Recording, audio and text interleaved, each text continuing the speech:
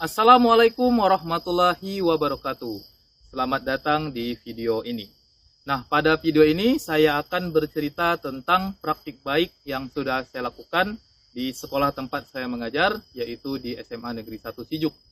Khususnya pada mata pelajaran yang saya ajar, yaitu mata pelajaran fisika. Praktik baik ini berjudul memberdayakan konteks dengan membuat robot hidrolik. Praktik baik yang sudah saya lakukan juga sudah saya tulis dan berhasil menjadi salah satu tulisan yang dimuat di majalah nasional, yaitu Surat Kabar Guru Belajar.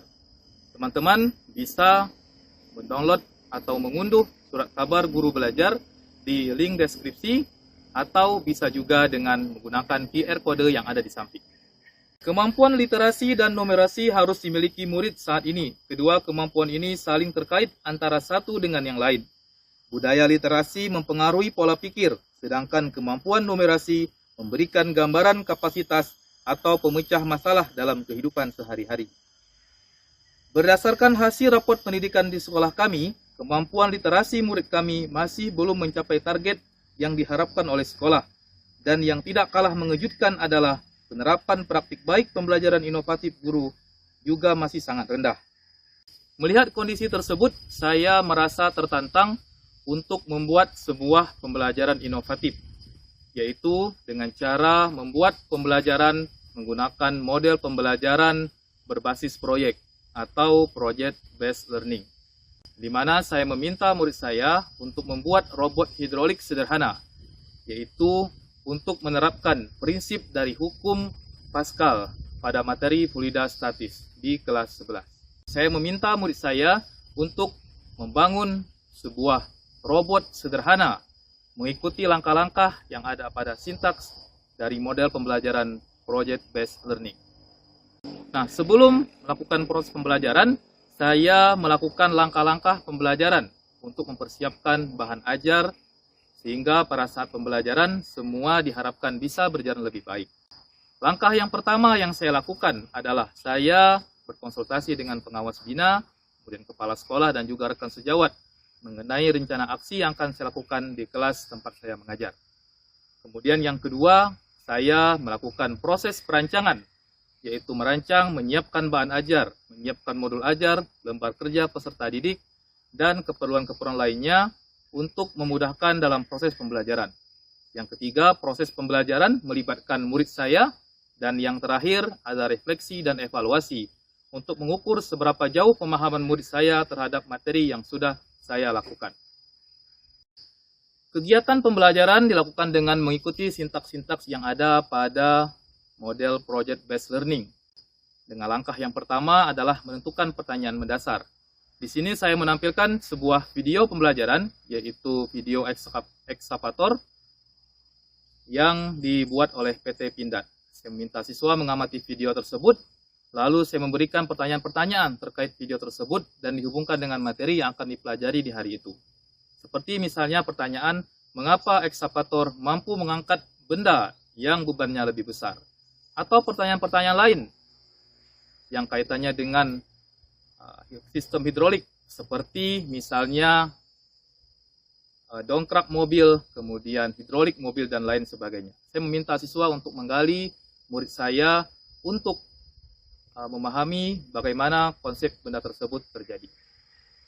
Kemudian langkah selanjutnya adalah saya meminta murid saya untuk melakukan sebuah desain atau rancangan dari proyek yang akan dibuat oleh mereka. Tapi sebelumnya saya membagi mereka dalam beberapa kelompok, lalu memberikan lembar kerja, dan di lembar kerja tersebut saya meminta murid saya untuk membuat rancangan atau desain dari proyek yang akan dilakukan. Kemudian langkah yang ketiga adalah menyusun penjadwalan atau kesepakatan dari durasi kegiatan pembelajaran untuk proses pembuatan proyek tersebut. Saya menawarkan sejumlah waktu, kemudian lalu disepakati oleh murid saya. Kemudian langkah selanjutnya adalah saya sesekali melihat pekerjaan dan progres proyek yang telah mereka lakukan. Apakah sudah sesuai dengan apa yang saya harapkan? Jika masih ada yang kurang, saya meminta mereka untuk mengerjakan lagi dan memperbaiki proyek dari yang sudah mereka buat. Kemudian langkah selanjutnya adalah saya meminta mereka untuk maju dan menyampaikan hasil proyek mereka untuk dipresentasikan di depan kelas sebagai bahan penilaian.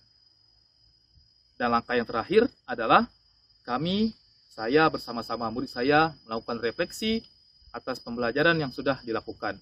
Refleksi dengan meminta umpan balik dari mereka sekaligus menilai efektivitas atau tidaknya pembelajaran yang sudah dilakukan pada hari ini.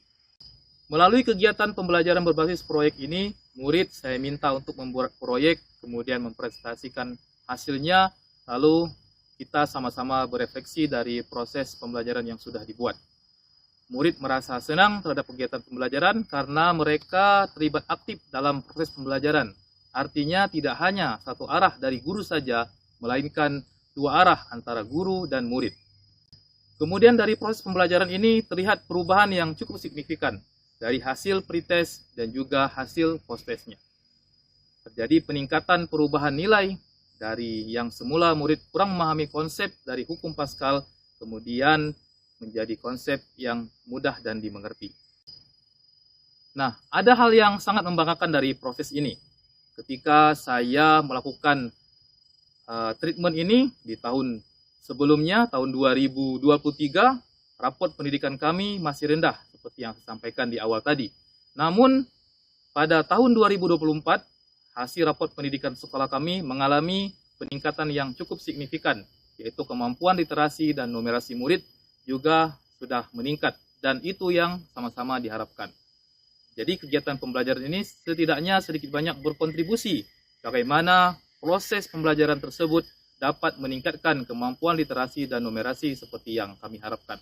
Dan tentunya juga pemahaman yang lebih dari murid saya atau peserta didik saya. Nah, demikian video cerita praktik baik yang sudah saya lakukan. Semoga dapat menginspirasi bagi Bapak Ibu yang menonton video ini. Saya akhiri. Wassalamualaikum warahmatullahi wabarakatuh.